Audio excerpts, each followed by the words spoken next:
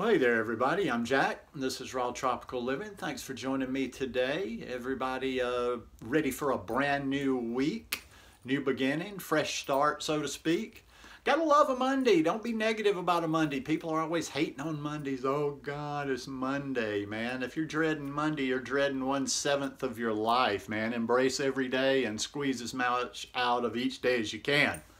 Today, I want to talk about why so many people fail on a raw food diet. Guys, I do videos every day, so if you haven't already subscribed to the channel, please go down and hit that big red subscribe button now. Then be sure you click on the little bell and check send notifications so you'll stay subscribed to the channel. Oh, and let me do a little commercial here before I get started. My store is in the description below, rawtropicallivinggear.com, and I have this shirt as well as a number of other ones, so I'd really appreciate it if you'd go and contribute to my retirement fund. So why so many people fail on a raw food diet? I do this, I think I've mentioned to you before that a lot of videos I do, I'll actually just go into YouTube and type the title of my video in and search it and see what comes up and just kind of take a little sampling, just more out of curiosity than anything else. And there's just some hilarious stuff out there. There's some dramatic stuff out there. I love the ones that did that did a raw food diet for 6 months and it almost killed them, or even a year and it almost killed them. I mean, really? Really? Now, I'm sure, and once again, I'm always aware of exceptions to anything, but you can live, I know people that live exclusively on junk food. They live on the drive-through and that doesn't kill them. I know you hear of people getting lost for months at a time and not eating anything. It doesn't kill them. I'm thinking pretty much, you know, for a short-term thing, even a year, you could eat, you could do so many things. You could even do it wrong. It's not going to kill you. But there are a lot of common things that I see amongst people that end up tapping out of this lifestyle. And the biggest one is just this whole obsession with being fully raw. Well, let's take a step back. It also depends on how somebody defines success and failure, and that's why this hardcore, I'm fully raw 100%, and they're stressing over every single ingredient. That's just counterproductive. I don't see many people succeeding on that. Number one, because of the obsession of it, and number two, because they're a lot of times when they're that obsessive, they don't have enough variety, or they won't eat enough some of the things that they actually need to be taken into their body. But yeah, the ones that, if you're trying to be perfect, if you're measuring this in terms of past failure, like if I eat a bite of cooked food, I've screwed up, this is a failure, then yeah, you're on a course for failure right there. Don't take it so serious. Another big reason so many people fail on this lifestyle is they don't eat enough. I don't know how many videos I try to work that point into, but not eating enough. You have to eat enough food on this lifestyle. I always see somebody like trying to kind of wanting to give you what they're eating and kind of get your opinion. And I see people showing me what they had for, say, a meal, and I'm like, man, that's just like a warm up. I'm probably eating about 3 or 4 times that amount.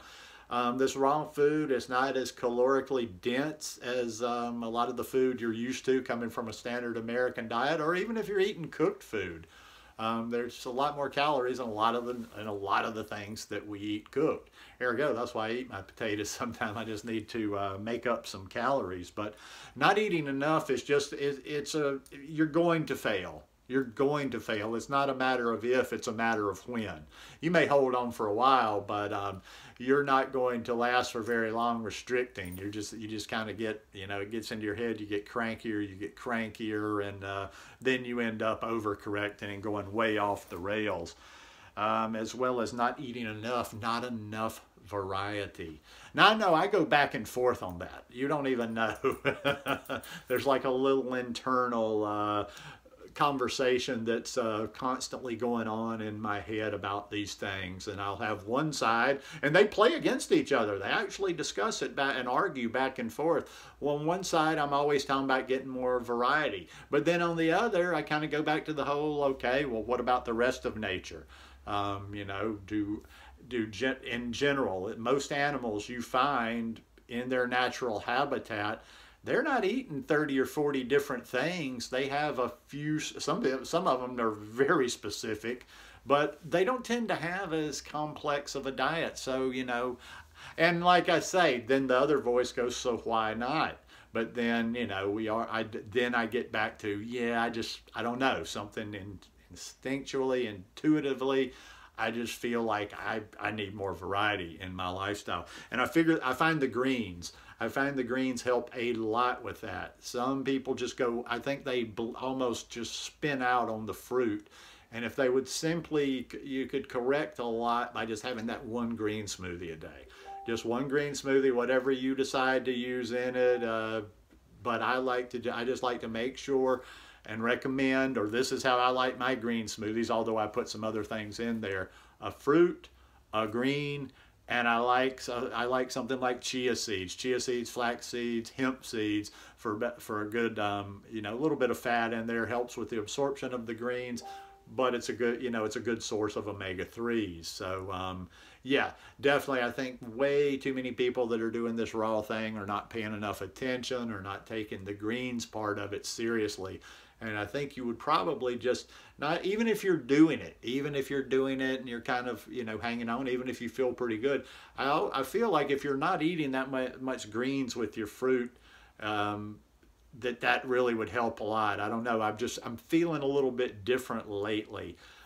As we've kind of started transitioning from the winter to the spring, I've been doing a lot of these things. I don't know, like, I guess I'm feeling better. I'm continuously having more, you know, like better days. And I don't know, I'm just kind of switching back over from that winter style, and I'm just like, you know, eating a lot of smoothies, a lot of greens, and really focusing on that in itself. But try that. Fruit, green, fat, like a chia seed, a hemp seed, and it really makes your smoothies quite nice. I'll be honest with you, the chia seeds and the flax seeds have a better ratio of the omega-3s, but the hemp seeds are really good in a green smoothie. It gives it just a real thick, nice texture.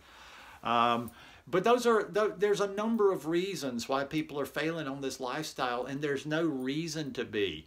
I've been doing this thing almost 7 years now. I mean, I don't know. I keep waiting because I've seen a lot of long-term raw people, you know, they are into it a number of years and then something happens. And I've always got my eyes open for that. Like I say, every once in a while, you always got to have context on who you're watching in a video. I'll get somebody that stumbles in here that's not vegan, and I guess they think I'm like everybody else that does that talks about a raw food diet or a raw vegan lifestyle, that I'm fanatic, it's got to be all the way. No, I include cooked food in my lifestyle. I'm not eating as much now as the weather's warming up, but I won't drop it. I mean, there's just things that, like I say, I like sweet potatoes. I think sweet potatoes are good nutrition. Sweet potatoes when I'm either busy or I don't have other stuff at the time, sweet potatoes help me keep my calories up. I like my collard greens. You know, there's a lot of calcium in collards, and I can eat a lot. I can, you know, boil a pot of collards and eat a lot of collards in one sitting. So, you know, like I say, you know, and I even from time to time, now that's very much less, is even like legumes. You know, I'll have legumes from time to time. So don't, like, if you're just when you come into one of my videos, that this might be your first time. No. I'm about a whole food, plant-based lifestyle. Whole food, clean, SOS, sugar, oil, and salt free. And like, I use salt I use oil very, very, very, very, very little. Maybe a handful of times throughout the year. I'll use a little pink Himalayan salt from time to time in certain things. And obviously I eat enough fruit that I don't need to add, when I say sugar-free, I mean processed sugar added into things. So that's what I'm more focused on, and that's what I really want to see you get understand the fundamentals of, is a whole food plant-based diet that's sugar, oil, and salt free. And then you figure out how raw or whatever you want to go from there. But just start with good solid nutrition. Start with some good solid sources. Read a few books. Read Dr. Greger, read Dr. Esselstyn, read Brenda Davis, you know, and a number of other people out there. But there's no reason to fail on a raw food diet. And even, who knows? I mean, I hate putting numbers on things, but if I wanted to put a number on what percentage I am raw vegan as opposed to the cooked food, it's in the high. I mean, it's definitely 94, 95% and up. But even if I ever got to a point where I was eating 80-20, which I'm not an ounce and a change. I'm just saying, even if I got to a point where I was eating 80-20, if I'm feeling good, if I'm getting the results that I want from this lifestyle, that's good for me. Like I say, I'm not trying to get into the club. I'm not trying to get the secret pin. I don't have any desire to ever come over on here and tell you, I've been fully raw for 837 days. I got no interest in that whatsoever. But anyhow, it's not that hard to do. Don't overthink it. Hope you enjoyed this video today. If you like it, please give me a thumbs up. And of course, we'll see you tomorrow. Peace.